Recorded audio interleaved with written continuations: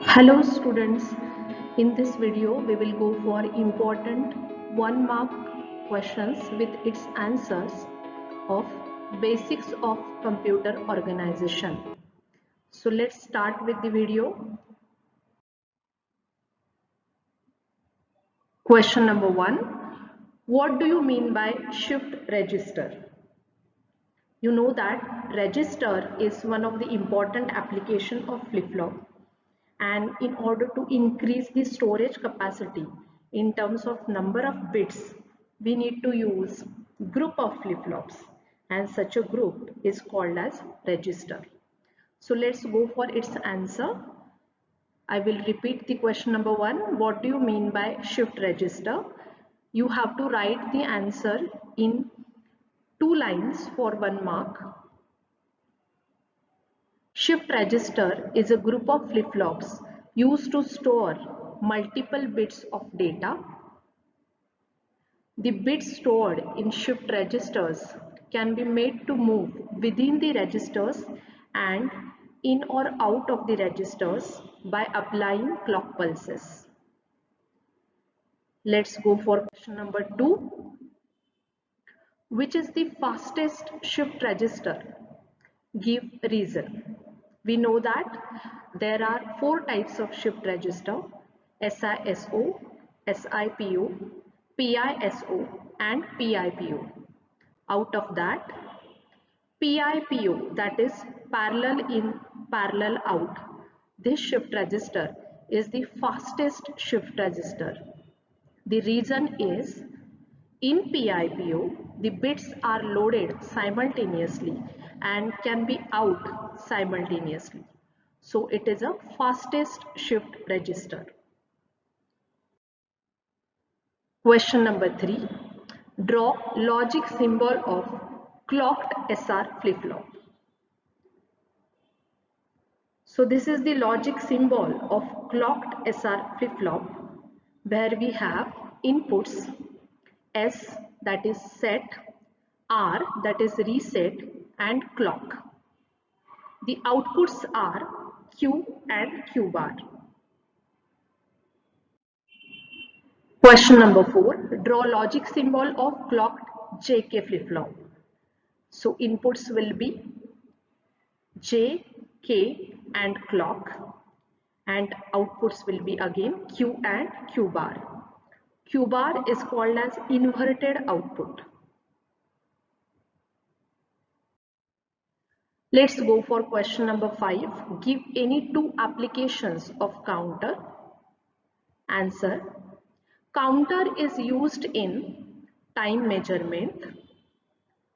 It is used in frequency counters, frequency divider circuit, and in digital clock. So these are the applications of counter. So for 1 mark question, you can mention any 2 applications. Question number 6. How many flip-flops are required to construct mod 35 counter? Mod or modulus of a counter is nothing but number of states through which that counter progresses. So let's go for its answer. If there are m number of flip-flops to construct mod n counter, then we can mention the relationship of number of flip-flops and mod counter like n is less than equal to 2 raised to m, where n is nothing but mod and m is nothing but number of flip-flops. In our case, we have mod 35 counter, so we can say that n is equal to 35. So if I do the further calculation, I will get m is equal to 6, because 2 raised to 6 is equal to 64.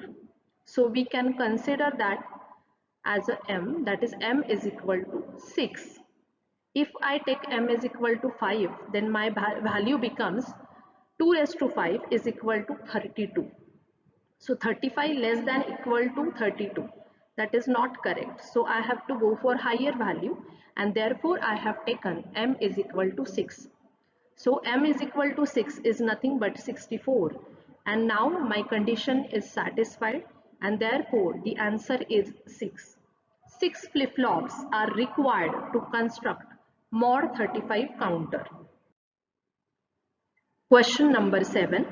What is the direction of address bus in computer organization? Address bus is unidirectional bus because data flow in only one direction, that is from processor to memory or from processor to input-output devices. So in order to understand this concept, I have included this diagram in this slide. From the arrow of address bus, we can say that it is unidirectional, means data flow will be only in one direction. For 1 mark answer, it is not expected to draw this diagram. Just you have to mention your answer with reason. Let's go for question number 8. What is the role of program counter, that is PC, in computer architecture? Program counter always points towards the next instruction to be executed. Means PC contains the memory address or location of the next program instruction to be executed. Before the CPU fetches an instruction from memory, it references to the program counter, that is PC register, for the correct memory address. So the answer is program counter always points towards the next instruction to be executed. Let's go for question number 9. What do you mean by cache hits? So before going to answer, we will go through this diagram. We can see that cache memory acts as a buffer between main memory and CPU. It is the extremely fast memory.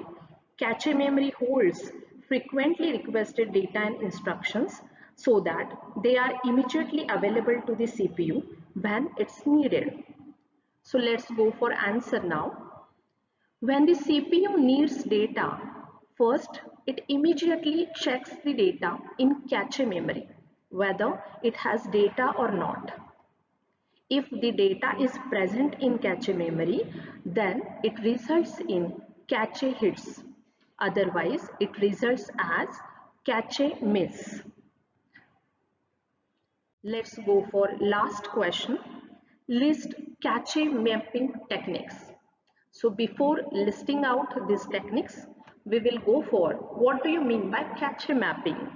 Cache mapping is a technique using which the content present in the main memory is brought into the cache memory. Direct mapping, associative mapping, and set associative mapping.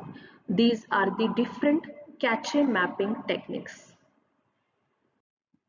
These are the important questions of computer organization. If you want a more important question, please comment in the comment box. Thank you.